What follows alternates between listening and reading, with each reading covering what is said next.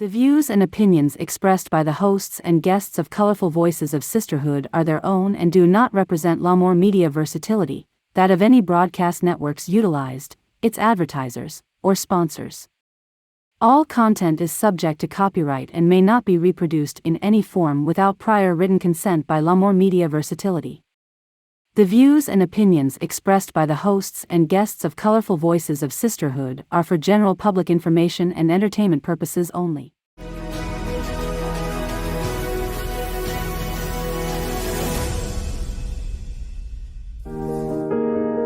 My full name is John Lee Spencer. I was Sergeant in the United States Marine Corps.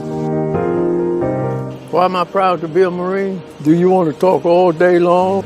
Just a little.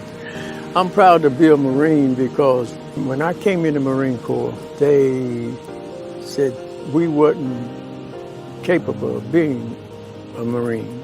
We didn't send for you. We didn't need you because we didn't send for you.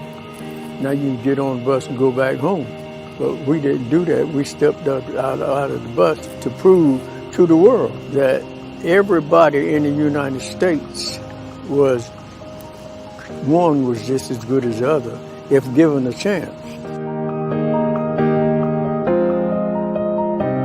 Well, at that particular time, we weren't really caring if we was a Montford Point Marine or not. We just wanted to be a United States Marine. And we wanted to make sure that the people knew that we were capable of being just as good or better as anybody else.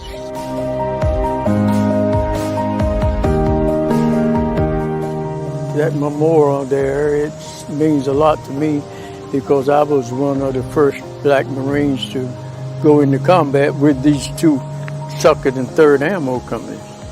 We were the first to go, and that monument means a lot to us. But I didn't do nothing extraordinary because we was a group that was supposed to do a job.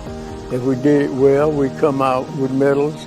If we did it wrong, we came out with a corpse. So I'm glad to be that we did it right and I came out living.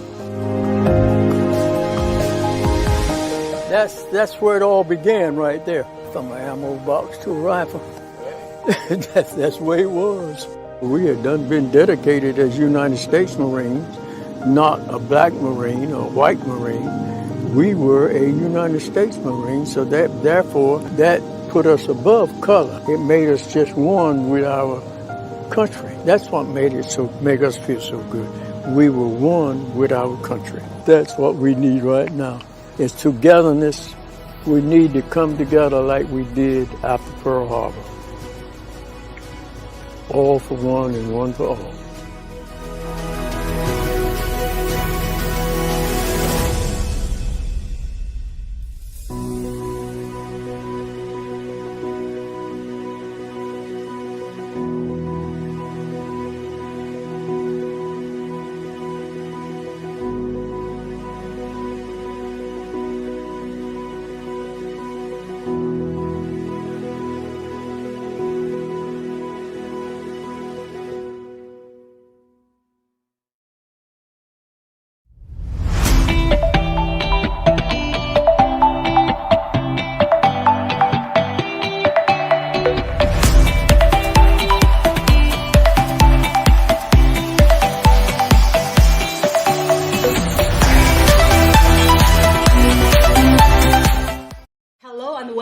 To our show, The Colorful Voices of Sisterhood. My name is Agnes Herman, and today it is such an honor to be with us, a retired United States Marine and former director of the National Montford Point Marine Museum. Please welcome Houston Shinal. Hello, sir. Welcome. Hi, how are you? Thanks for having me. Mr. Shinal, we're glad that you're here with us today. So we're going to just kind of kick it off. We know that you was the former executive director of Montford Point. Mm-hmm. Can you explain the difference between the Montford Point and the Vietnam Marines and a little bit further in detail to us? Sure. Based on our earlier conversation, a Montford Point Marine is identified as an African American Marine who actually went to boot camp at Montford Point Camp, which is now known as Camp Johnson. Okay. And that camp was actually only open from 1942 to 1949. And once they closed Montford Point down in 49, then all Marines trained at Paris Island, San Diego. Okay. So when we're looking for Montford Point Marines, it's the ones that actually was trained At Montford Point. at Montford Point. Okay. All right. And is that base the only base that the Black Marines could train at? For boot camp, yes. It was the only boot camp for African Americans. And again, due to segregation, that was one of the stipulations when blacks were allowed to come in the Marine Corps after the executive order was signed, that they could not train with white Marines. And to facilitate that, they established a boot camp. This area was under construction at the time, and they selected Montford Point to be the boot camp for the African Americans. Wow. So still to this day, if people, when they go overseas, they have to come through to Camp Geiger or what they call Air Station to get trained? Yes, but that's different training. Okay. And Marines trained at boot camp at Camp Johnson. African-American Camp Johnson is still a training base to this day. Marines go there for admin training, finance training, and a number of other skills. But again, those individuals are not considered Montford Point Marines just because they trained at Camp Johnson. Oh, okay. Yeah. So it was from a certain period of time. Correct. I see. Okay. You know, I got to know about Montford Point. I moved here from Salt Lake City, Utah, almost 2 years ago. And when I asked my friends where I can go, you know, what we have here, what would be what are the attractions here, and they usually tell us, oh, go visit the Montford Point. So that's how I get to know about that. And that's great. Montford Point is, we like to think it's a pearl here in Jacksonville. Point definitely worth coming to see. Mm-hmm. It captures the history of that particular time and the training that the African Americans went through there. The memorial itself, the statue, you mentioned Utah. Yes. The actual statue that's on top of the pedestal at the memorial was actually built in Utah. Wow. Go Utah. A gentleman by the name of Stan Watts was actually the individual that built that statue. And you guys brought it back here? Yes, and it was shipped here. We put it in a warehouse because we weren't quite ready for it. And then we had a big, monument placing day, cranes and everything just to get it up and in place. So the one that's out there now, was that the original plan of the monument? No, the monument went through a couple of changes. The original plan, if you've been to see it, the original plan had the Marine on top of the pedestal carrying a artillery round, vice a rifle. Okay. One of the primary jobs that the Montford Point Marines did in the war, they were ammo carriers, stretcher bearers. So they were the guys that took the bullets to the front lines for the white Marines that were fighting. So we thought that was a critical piece as a part of that monument. Okay. My question for you, who was originally established Montford Point and Museum? Okay, the museum, I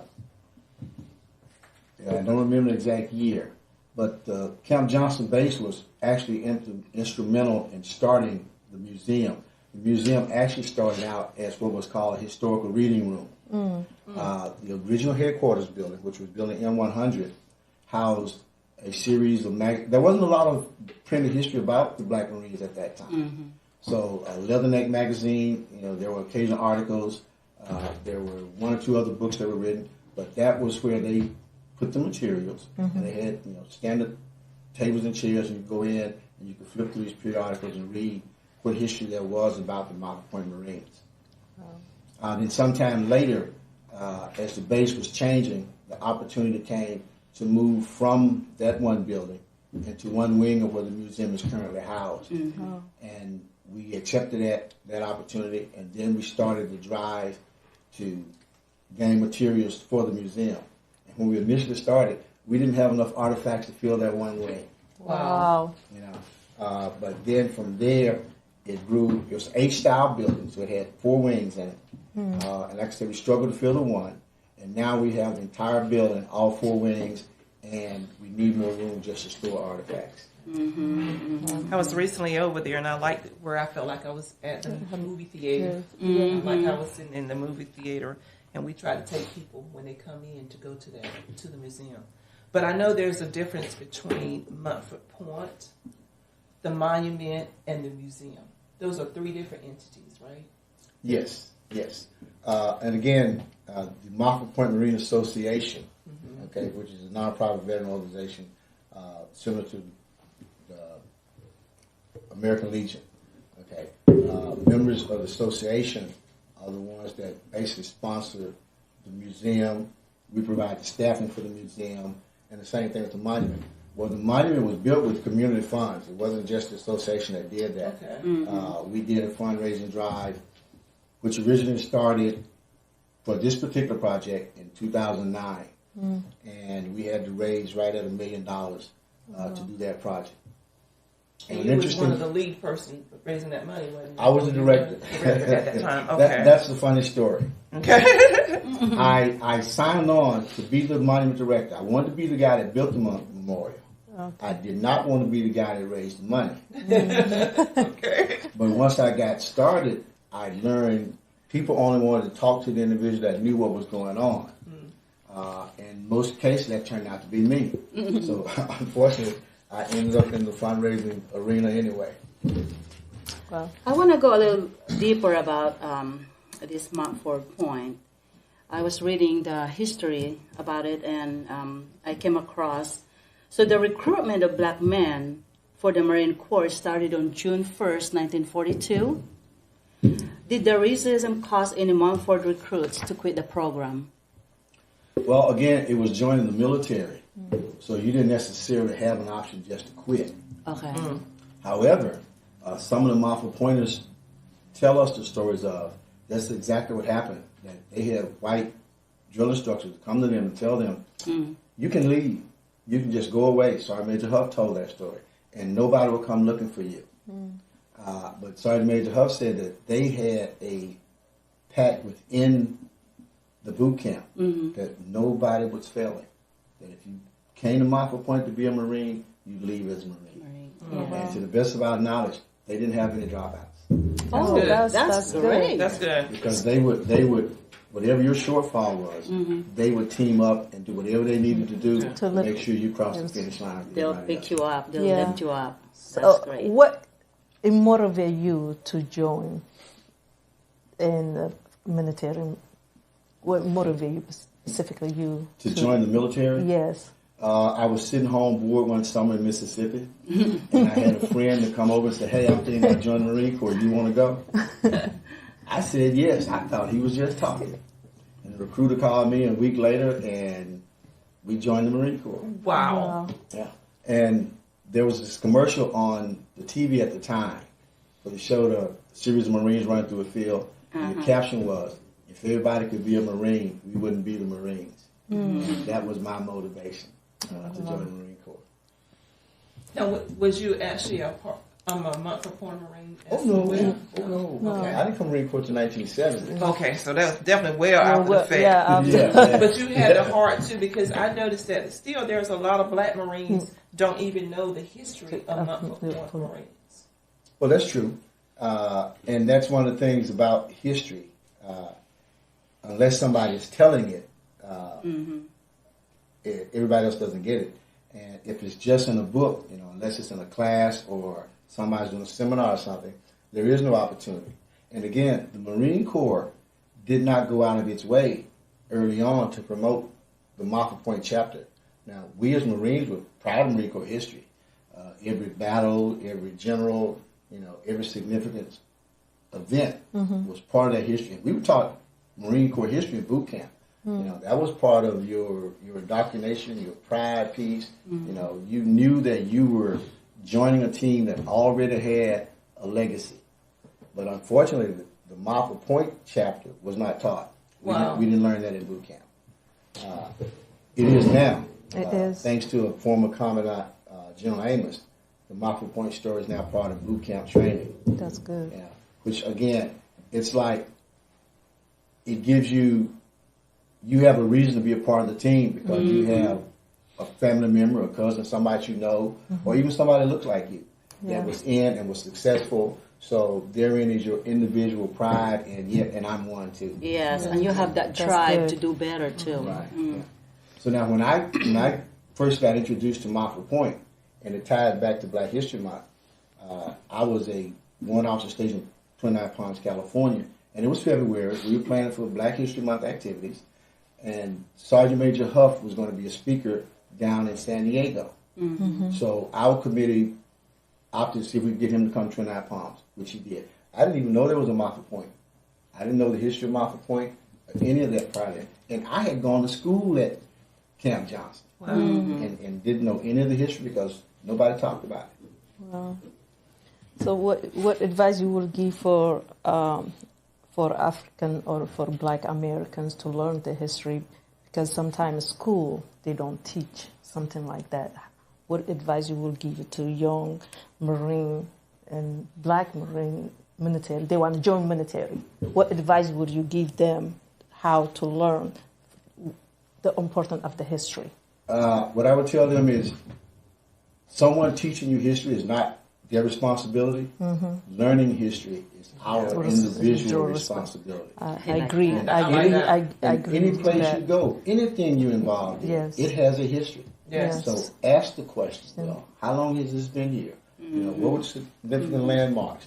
And you can individually, you'll discover, oh, there is a rich history here. And then you'll discover that you'll end up telling just like I'm doing now. Yeah. Yes. So the way military developed back, Abraham Lincoln and Douglas, Frederick Douglass, that's when they're trying to ship Black slavery at that time in West to Hispanic. And that's how the join to military started, right? If I have correct. And that's how Black started joining military. Okay, well, there were Blacks in all of the services. At the time. At It the was time. not, at the time. Right. So how the slavery to this day shape and Black Americans? In terms of their From willingness that. to join the military? Yes. Well, again, military for Blacks, especially back in that day, if you grew up in the South, and it was a step up. It was an opportunity to go. Compromise. The work was hard. Yes. The duties were there, but it was always better than where they came from. So why would I join the military if I was on a cotton field in Mississippi? Because I no longer work 15-hour days. So that would have been a driving factor for a lot of them. It was an opportunity to better themselves and provide for their families. Yeah. So, Mr. Shinal, who was the highest ranking officers that come out from the Montford Point? The highest ranking officer out of Montford Point. We ended up with a couple of Marines that went on to be generals out of Montford Point. And you asked me, and it all slipped my mind. That's good. That's good enough. Yeah. But so and even now. Is one of them the Branch? I think the last name is Branch now. Frederick Branch. Frederick Branch was the first officer. Yes, officer. African American officer Marine. Yeah. Ah. And I got a chance. I think his last name was Patterson. And I want to say he came out of California or somewhere a couple years ago when y'all had him up for Point reunion. I got a chance to sit with him and to talk with him and just listen at the history. He traveled down, but I love to see, how everybody takes so much pride in locating the Montford Point and watching y'all work to honor these men is just fabulous to me. So when I was at the thing and I'm listening at him as original Montford Pointer, and he traveled down here, and he says how he was so taken care of. I mean, they was met from the airport to the hotel. That was just like so much joy because it was almost like my grandfather being taken care of to hear the history of it. So I take a lot of pride in seeing how you're trying to connect. But how can we, if people have Montford Pointers, I know there's a way, if they know that their parents or grandparents was in Montford Point, is there a way that they can connect so they can be recognized? Because I know y'all still trying to honor the Montford Point. And then we're going to shift back to the monument. Okay. Well, even on the monument side, the association is still looking for families. Even though we know the Montford Pointers are deceased, the association took on responsibility of presenting the Congressional Gold Medal replica to those families and living Montford Pointers that did not make it to D.C. to receive it. Mm-hmm. So a family may not know, and you may not even know their dad was in the Marine Corps, and that's the case with a lot of them. We have families right now coming this August to receive their father's medals that are just learning that dad actually was in the Marine Corps. Because after they got out, they did not go back home and brag about it. Because it was not all, it wasn't a great party, and everybody was glad to be there. Mm-hmm. Some of those guys endured some real racial hardship to be Marines. They did their year or their 2 years, and they left the Marine Corps and went on to do other things. Some of them became mayors. Some of them actually stayed here in Jacksonville after being Montford Point. Turner Blunt stayed in Jacksonville, and they'll tell you they had no idea. There was nothing in their mind that told them that they would stay in Jacksonville, because Jacksonville offered nothing for them.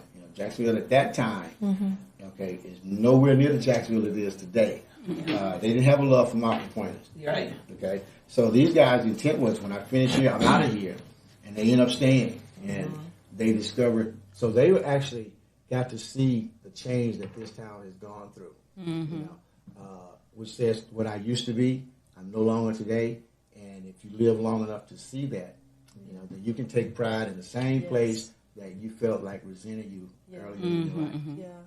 So I'm glad you say that. So how being black in the military and the rank, even you work hard with what other race doing, and the promotion they don't promote is different. How that affect? Like, I know a lot of Marines, even when I was in Africa, and what they have we have conversation. They say they have education background, all that, but they don't get promoted easily. How that affect for black Americans when it comes to the race part? Well, during my time, if we were not being promoted just because we were black, it was not on the top of the table. Whereas it was understood in the Montford Pointers day. You had guys who were PFCs the whole time they were in the Corps. So they had a system, and we understood what the promotion system was. And there were a series of things that you had to do in order to get promoted. And most of us that did that got promoted. So I wouldn't be one to ask about the promotions, because I moved up through the ranks. I don't know whether somebody liked me or what, but I had 2 meritorious promotions within the ranks, and then picked up warrant officer and went to the top of that rank structure. So sometimes the system, if there was something that happened, it was hidden. It wasn't obvious to the Marine. Mm-hmm. So you would recall, and it was fair, shared fair, like, and if it's white and black, they doing the same thing. But most of the time, within my small circle, so I couldn't speak for the entire Corps, okay? But that unit that I was with, I got promoted on time. And there were very few Marines that were white Marines that any of us could turn to and say, well, they promoted him, and everybody knows that he's not the next guy to be promoted. Wasn't within the circles that I served in, for the most part. They did exist. They did exist. Oh, without a doubt. Without a doubt. Yeah. Yeah. And with the change in the system where you have to make a certain rank by a certain time. Yeah. But again, a lot of that is on the individual. But if it boils down to a promotion between a white Marine and myself, and there's one, they don't look for reasons to promote you. They look for reasons not to promote you. Yeah. Okay. Yeah. So if you don't put all the pigs in all the holes, then you're giving them the reason to justify not. Yeah. So it's kind of goes along to my next question to you. In 1940s, as you can see, I was reading an article of history here. it says, one thing they weren't allowed to do is to give orders to the white Marines. How do you take that? Okay, that was during segregated boot camp. Right. Okay. Yes. And as I mentioned, we're talking to you all before the show, that was one of the reasons that the South was chosen as boot camp for the blacks. It was to put them in an area where the whites in the area were accustomed to driving blacks, dictating the blacks, ordering blacks. And so, yeah, that was the standing policy. A black Marine could not give orders to a white Marine. And it did not matter if the black Marine outranked the white Marine. White Marine. How did they get everything done? Even though they couldn't give orders, but I'm pretty sure things had to get done. Yeah. Was there signals? Well, somebody's always in charge. And even if you're a white corporal and you're in charge, and I'm a black PFC, somebody gives direction to the rest of the team. And what you find out in a lot of cases was the black Marine that knew what had to be done and understood what had to be done would talk to them to get it done. But they wouldn't challenge that simply because why would I stop you from getting the job done and I've got to report back it's done or not done? So did you experience your time? Like, I know that's when it's a segregation, but have you experienced? If so, how that shape you to this day? Okay, no, I didn't. Again, I came in the 70s. There was still a lot of racial tension in the Marine Corps. In fact, back in my day, we had to go to diversity classes. We actually had to sit in class and figure out how the blacks would get along with the whites. So that was still prejudice and all that was still a part of the Marine Corps, even in the 70s. But again, it wasn't as outward when I came through, okay? Again, when Marine Corps got to the point where they told, because there was a time, like when I went to boot camp, the guy that was in charge, he could say whatever he wanted to say, call you whatever he wanted to call you, degrade you in any fashion he felt necessary, and it was okay. And then when the Marine Corps changed in the 70s, says, okay, we can no longer do this. You'd be amazed at the number of white guys who had to get out of the Marine Corps. Yeah. Oh, wow. You know, I just cannot Because imagine there how. was no change in some of the old guys. Yeah, because the control, they cannot have. Right. But it's amazing now that diversity, equity, inclusion is still being said, and it's the year 2023. Yes. I just can't imagine. You know, how and it's amazing when I hear corporations saying that we need to do that. We're in 2023, and my Black history is real. Like I tell y'all all the time, my Black history cannot be contained in just the month of February. We will celebrate all the time. But now people are still having to do DEI. I mean, because it's still there. It's, it's still there. But what part do we play? I don't believe in playing the victim. What part do we do? Yeah. We have to be the one to get our history out. Yeah, we will be the voice. We'll be the voice. So the platform today, I wanted to read a part of this. It says, recruitment of black men from the Marine Corps started on June 1st, 1942. A year after the order had been signed, the Corps looked specifically for men with skills needed to build a facility where black Marines were trained. So is this where Montford Point came from? Because they had to come somewhere to be trained. Okay. So this is the reason why the monument came was built to recognize those So- Marines that trained on that same ground. Yes. So they filled a quota for 900 man quota, and that's some of the first black recruits arrived at Montford Point in North Carolina. So that's history. So I just want to know, like the vision. I want to go back to the vision of the Montford Point, actually the monument itself, because I know you was executive director for The museum. Well, no, I moved from the museum to the monument. Okay. So I want to. Can you kind of talk about that? Your there and how the monument came about, how you guys had to get them, what you had to do. Well, the monument project initiated at the national level, and it was, again, a matter of raising funds. We had been given a spot on the base at Camp Johnson to do a memorial. And once we got started, Boeing Aircraft Company gave us $20,000. The association got together and designed a memorial that would go on that site. That did not come about. It just kind of laid on the table. And then 20 years later, times had changed, people had changed, and we felt like it was time to. The Montford Pointers were being recognized, okay, in at levels that had never been seen before. So again, our association was in the same vein. We started the memorial. We haven't finished the memorial. We need to take that out, dust it off, and get that done. And again, so with that being said, we actually launched a new program in 2009, and the whole fundraising, we presented it to the city. The city says, well, show us what you can do, and we'll let you know what we can do. The state did the same thing. So we put on a national fundraising drive across the entire United States to raise the funds. After we had the design which is there now, that we knew was going to be the project we were hoping to build. So we had to do fundraising to get that done, because the Department of the Navy, we have an agreement with them. We build it, you'll maintain it. So that's where we are now. We built it, finished it, gave it to them, and the Department of Defense now maintains the memorial. But they wouldn't let us. They wouldn't let us put a single brick in until you have all the money to pay for all the bricks. Because they had a lot of experience when projects were started, and money ran out, and no money came in, and now you got this something in the yard going, what was that supposed to be? So again, we were surprised. We raised $1.2 million to build that memorial.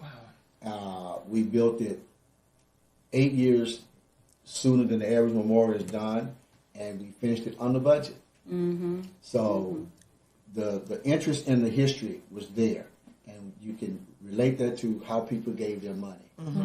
Okay, once we told the story and what we were trying to accomplish, and show them what we were hoping to do, as much as I did not want to be part of fundraising, it was not that difficult a task. And allow me to say this: even though the memorial is done, we are still looking for families. We're still looking for Montford Point Marines to identify. We sold engraved bricks. We have a section with just Montford Pointers' names, and then anybody else who want to donate can do the bricks at the memorial. We are still doing that. How much are the bricks? You can get if his brick is for a Montford Pointer, to recognize a Montford Pointer, it's a $300 brick. Okay. You can get an 8x8 brick for $800 and a 12x12 brick for $1,200. And when we really set those prices, the guy that set those prices, we said, you won't sell them. There's no way you'll sell bricks at those prices. Not a problem. Was not a problem. And so we still invite people to be a part of that history. We invite families that now know that they're Montford Pointers. Yes. They have a member that's a Montford Pointer if he's not recognized in that fashion. Because again, we put in a wall of stars because Marine Corps did not have a complete list of names of all the Marines that trained at Montford Point. So that's why the wall out there has stars on it instead of names. So the only place that we do have names is with the engraved bricks.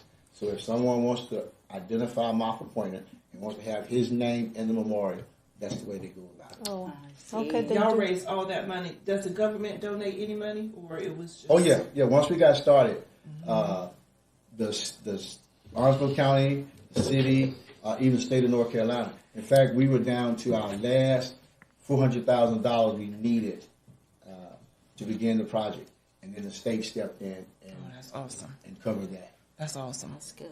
That's good.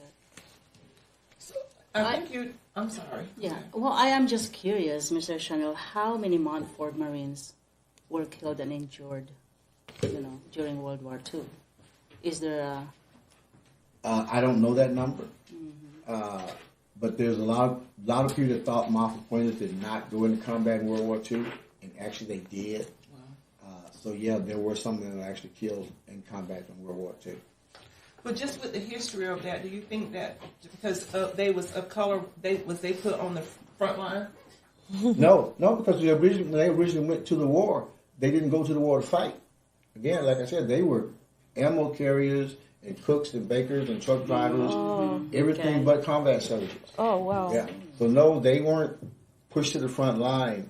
What they discovered was they got in 1 or 2 pinches, and the only individuals left there with guns were black Marines. And they discovered they can shoot as well as we can. Oh, wow, okay. They go in the foxhole and stay till the fight's over, just like we do. So that changed a lot of impressions. Because that was the thought as to why they didn't want blacks in the Marine Corps. They said we couldn't fight, and we wouldn't stay for the fight. We'd run, and then when they got thick, they were in the war. They discovered last men standing were us. Wow. And so even though Army developed before Marine, developed before Marine, there were a lot of black people joined armies. So it means that World War I, if I'm not mistaken, they were Army. Most of them, they were black. So where is the mentality came from saying that for Marine, black people, they cannot go fight? No. A Marine fighter is a different fighter than an black. Army fighter. That's what I'm saying. Yeah, Okay. the black means Okay. that our black, they were fighting in Army. They were in the front line. Okay. So where right. the mentality as black Marine cannot fight, they have to cook and wash. Okay, I'm gonna answer that because we're talking about a mentality that says the Marines were the elite of the elite, and you could be in the Army and be successful. You could be in the Air Force and be successful. You could be in the Navy and be successful. But now, when it comes to being a Marine, that's a totally different breed, and you people just don't have what it takes to be one of us. Because you realize I was in my bigoted mode when I said that about you, right? So that was the mentality. Yes. These guys really, these guys were so ingrained that they were so good that there was just no way on God's green earth that a black man could do that. So this is when I'm saying mentality, and even though the Marine sees as black men, they cannot do that. But black men, he has done that. Right. Yeah. But So he wasn't a Marine. But he wasn't a Marine. I'm trying to look deeper. Like, what is that mentality? If black, we carry our DNA. So if black men has done Army, Air Force, what's the mentality black men cannot do in Marine? That's what I'm trying to. Okay, but we're talking about a mentality that doesn't believe a black can do anything well. See, so that problem was in the individuals that were in charge. General Holcomb, which was the commandant at the time, okay, when they talked about having blacks in the Marine Corps, he stood up and said, if it's a choice of having 5,000 whites or 20,000 blacks, I'll take the whites. Yep. It's here. That was his bigotry, you know, because they just could not fathom you or I doing that job, and definitely not as well as he was doing it. He said it was a disgrace. Yeah, You know. The fact that they had to let us in. Yeah. So that is still these days is happening. So what is, like you were saying earlier, Diana, what is with our self, within, to still that doubt for black generation, young generation to come, and they struggle with that, and they don't see. It's time. I feel like, yes, they've been told you cannot be that, you cannot do that, even though black has shown they can do it. So what advice you will give to the generation now, and somehow is something missing and is some doubt. We've been told that we cannot do it when they know they can do it. Did you guys understand what I'm trying to say? Okay, that goes back to what you were saying, the history. History, Okay. yeah. But like you said, now I've read a book or two, and I've seen a video or three, so I see that blacks can do this. So if I'm standing at the door and you say I can't do that, well, that's already been proven not to be true. So obviously, the reason that I can't come through the door has nothing to do with me being black. You have a different prejudice as to why you don't want me in. Sometimes it's inferior fear. Somebody gonna take over. Yeah. There's a lot of that to me. Inferior. I think it's something it's broken when I see as our black, that it's just some that when they plant a seed for a long time, you are not good enough, you cannot be like that. But right now the opportunity is available for everybody. It's not the same like it used to. I just that I have my son, my oldest son. He's African, but when you see him, he looks like Black American, and I have so much fear for him. and scared, like what is going to happen to him. So, and he was hanging out with the wrong crowd.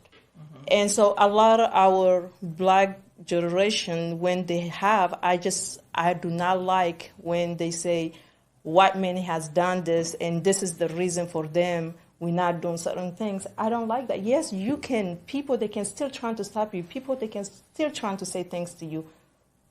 But that should never be excuse for us to not better ourselves. Absolutely. To not push ourselves.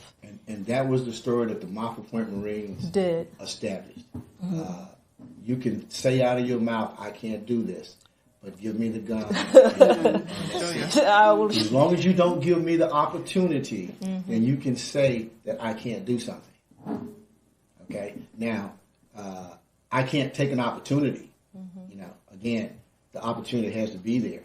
And for the blacks, especially young guys, if you understand that one of the things that my mom used to tell us when we were kids, everything you do follows you throughout your life. That's right. Yes. So you can't wait till you get grown Yes. to decide that you're going to establish a lifestyle that's Start successful. now. Right. Yeah. You got to understand that the odds will be against you, and anything you do that's not acceptable, somewhere down the road, somebody will dig it up and bring it back and use it to prevent you from moving ahead. Yes.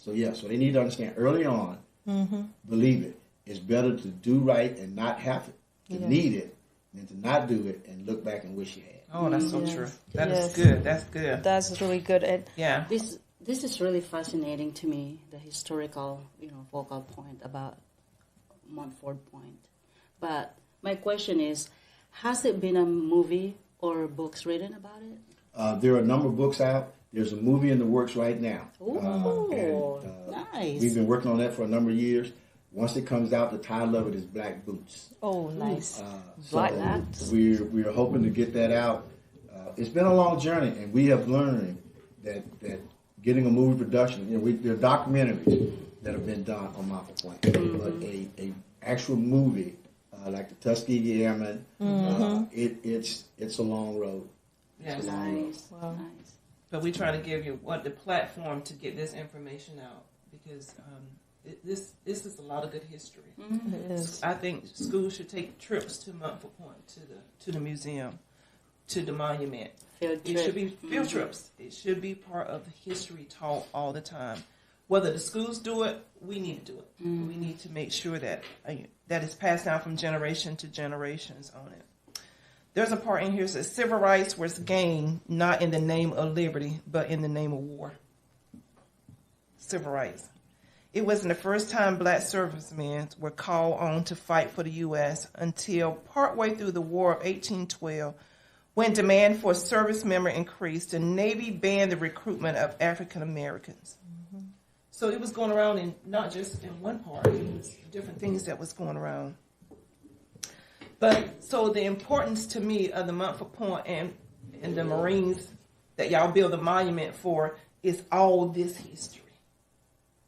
To me, all this history needs to be told. We need to recognize the Montford Point Marines and the stuff that they paved the way, how they had to fight through the battle of that. So I want to go back to one other thing too. Is I think you explained how you got involved, and I know that you was a former executive director, and I remember Mr. Finney Griggs, Louise Griggs was a director, and I know Takesha Smiley now is the director, right? So do y'all serve a certain amount of times, years before it's somebody else as a director? The directorship is an appointed position. The national Okay. president appoints the museum director. Who's the national president? The current president is James T. Abrahart Jr. Okay. He's out of Mobile, Alabama right now. And the Greggses were the directors for a long time. I was part of the initial team, myself, Judy James, Nat James, that actually opened up the museum. And then Finney and Louise were the directors for a long time. I didn't become the director until Finney got sick. Right. Okay, and then Louise couldn't do it by herself. And I joined because we had worked together before. And one of the ways we got to keep Louise on was by having somebody there that she already knew what was going on. So she was stayed along while after Finney got sick. and then Takesha replaced me. Okay, so we have one question here from one of our viewers. Would you like to read it? Which one is? This one How here? do you family member go through the process of finding a male member from 1942, 1949 is an original Montford Point Marine? And who do they talk to? What information is needed to verify they did serve to get the Congressional Gold Medal? Okay, go to the national website, montfordpointmarines.org, and leave a contact request, and some of us will get back with them and tell them how they can go to the archives to see if there are records there to determine whether or not an individual is a Montford Point Marine. If we determine that they are a Montford Point Marine and they have not received a Congressional Gold Medal, the association will provide the medal with ceremony. We do August 26th is Montford Point Marine Day, and we do a formal ceremony here. But we have 40 chapters throughout the United States, and if that individual can't come here, we have a chapter that will come to them and present their medals. You got it? I think you went to D.C. as well. D.C. area one time too, right? Yeah. Medals were the original ceremony took place at Washington, D.C. at the Capitol. Okay. Okay, and we have a chapter in D.C. Okay.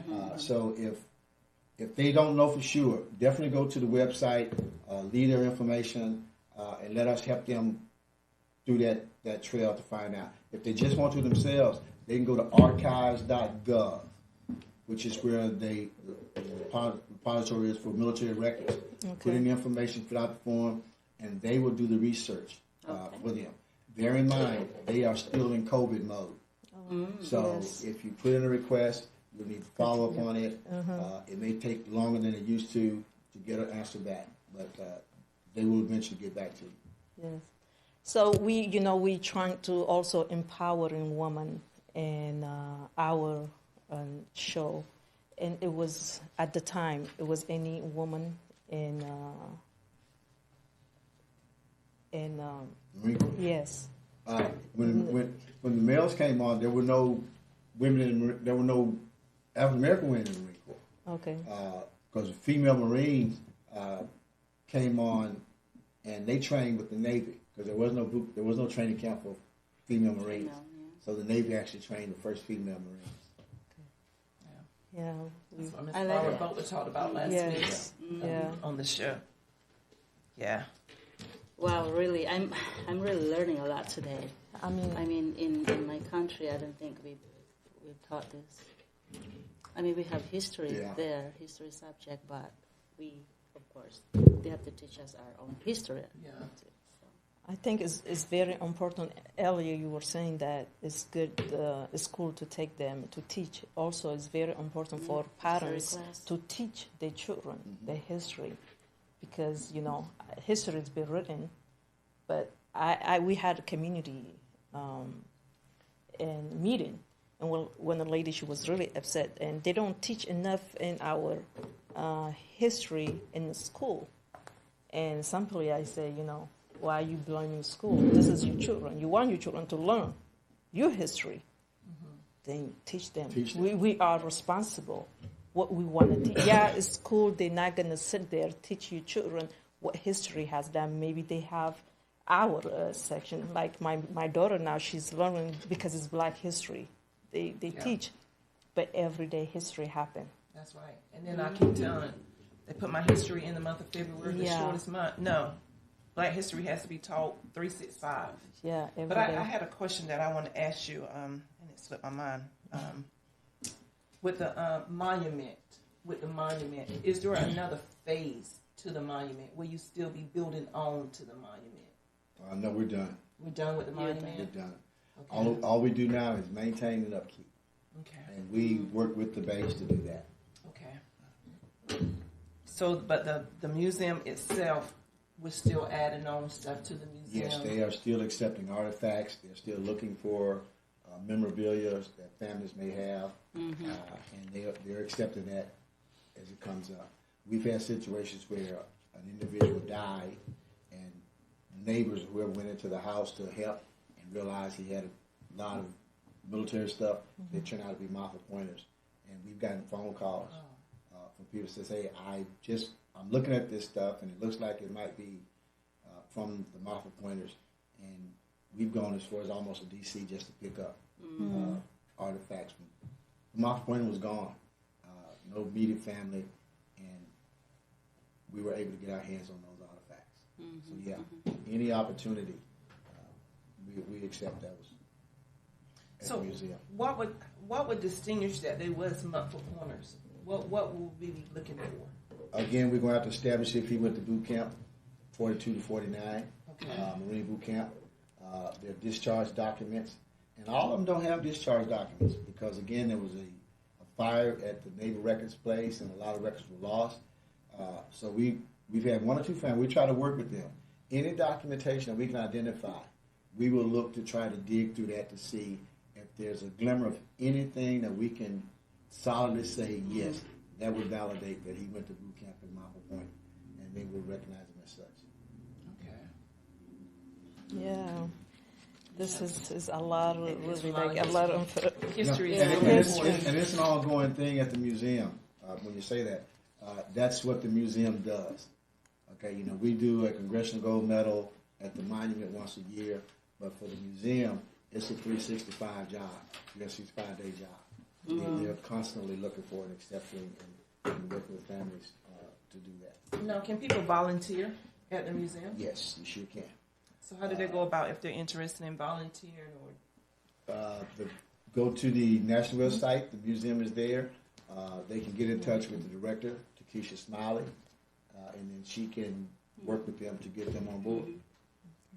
What is any event is coming out soon, and you guys doing? The local chapter is having the annual Heritage Dinner Dance, which is actually this Saturday. Oh, nice. Where we started out originally recognizing the Montford Pointers. Okay. They were the main focus for that particular Black History event. And so that goes on. And again, jump all the way over to August this year, August 26th, again, the Montford Point Marine Day, and this will be the 81st anniversary of the Montford Point Marines. Wow. So we're expecting a big presentation this year. I would like to come. Be honest with you guys. I'm sitting here.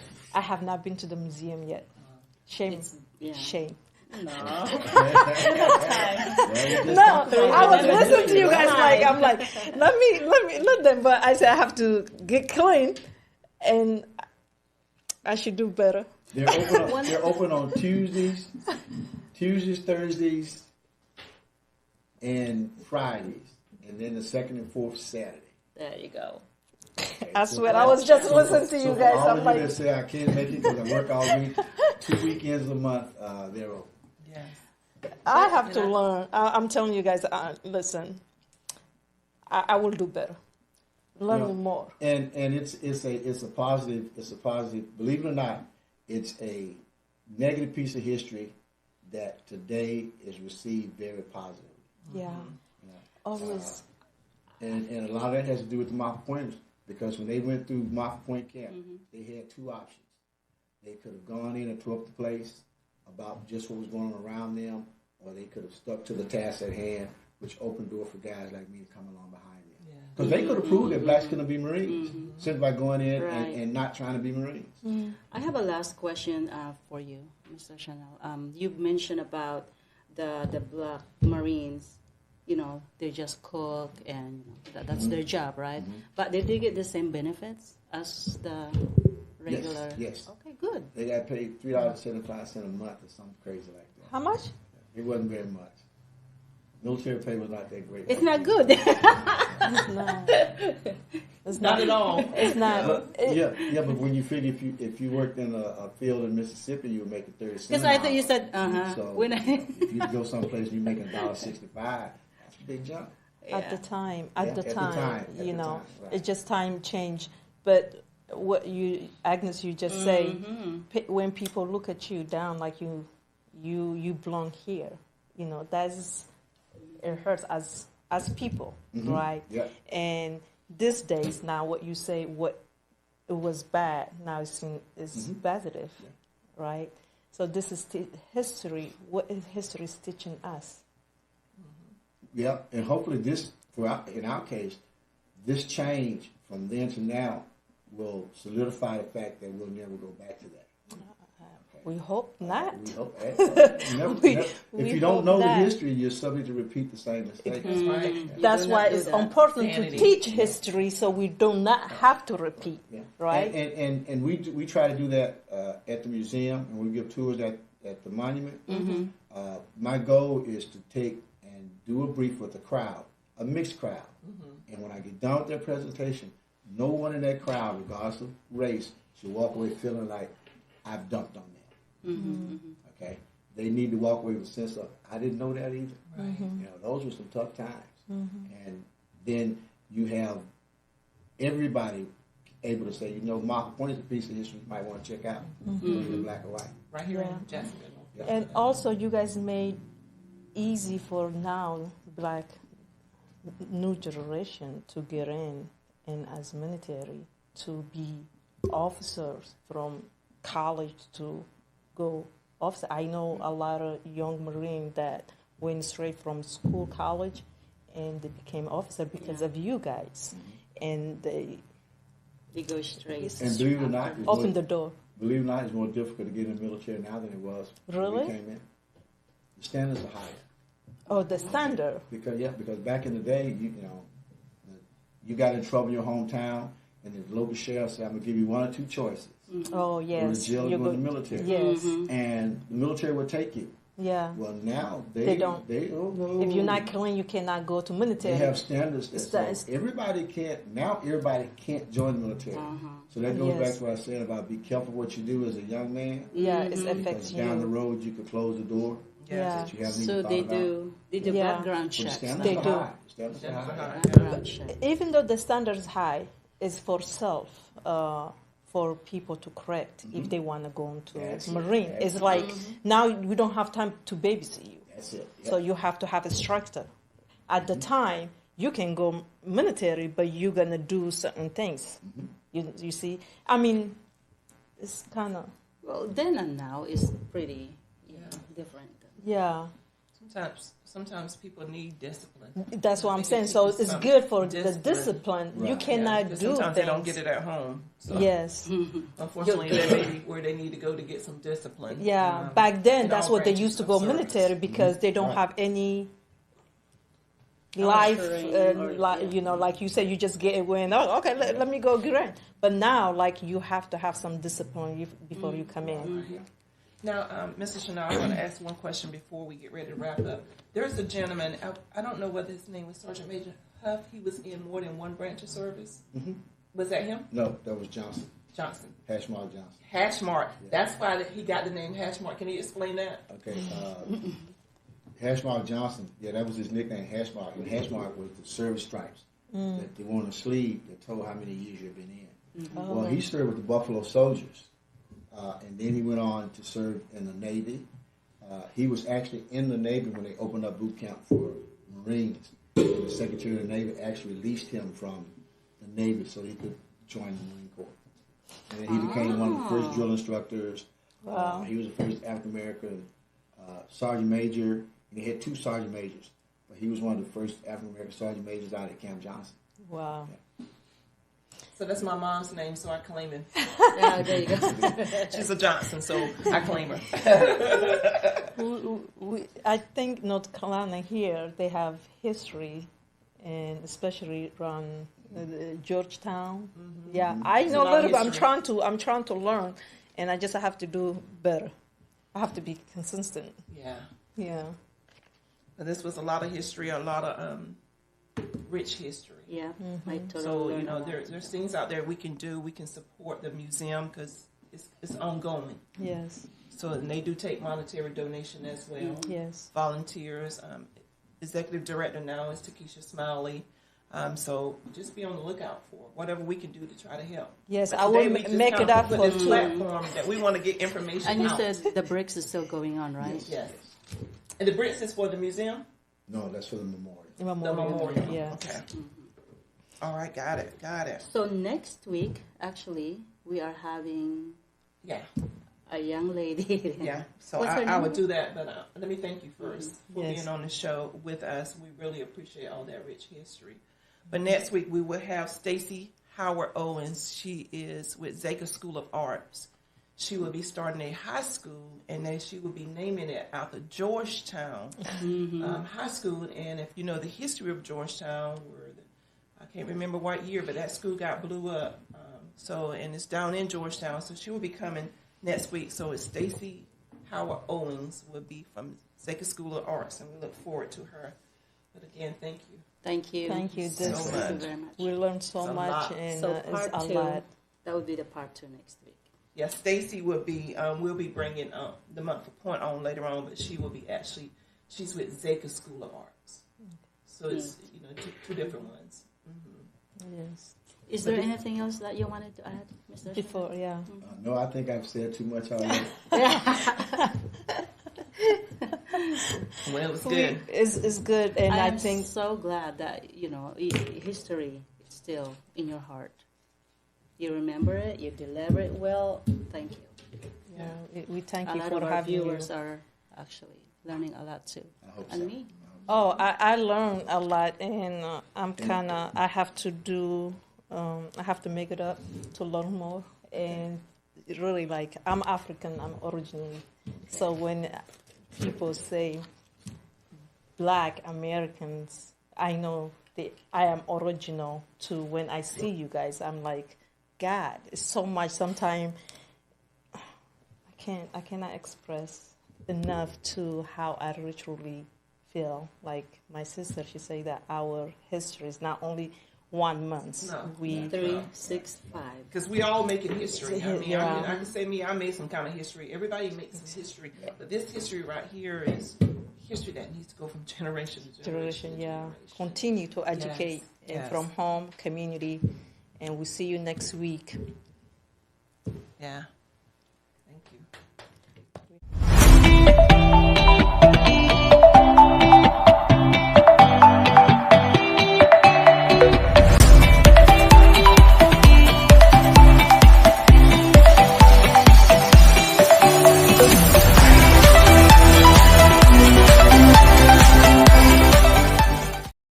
At Lamar Media Versatility, we aim to provide comprehensive solutions to our clients. We have a team of experienced professionals who can help you with every aspect of your media needs. From documentation and marketing to promotion and more, we provide our clients with top-notch quality services. We understand that each client is unique and has specific needs. That's why our team works closely with you to understand your company and event goals and objectives. We are committed to providing the highest quality services in media and strive to exceed our clients' expectations. Our team is passionate about helping you reach your goals and making sure you get the best experience and results. If you're looking for a reliable business to help you with all your media needs, look no further than Lamar Media Versatility. Contact us today to get started at 252-497-3817 or at www.lamar-photos.com.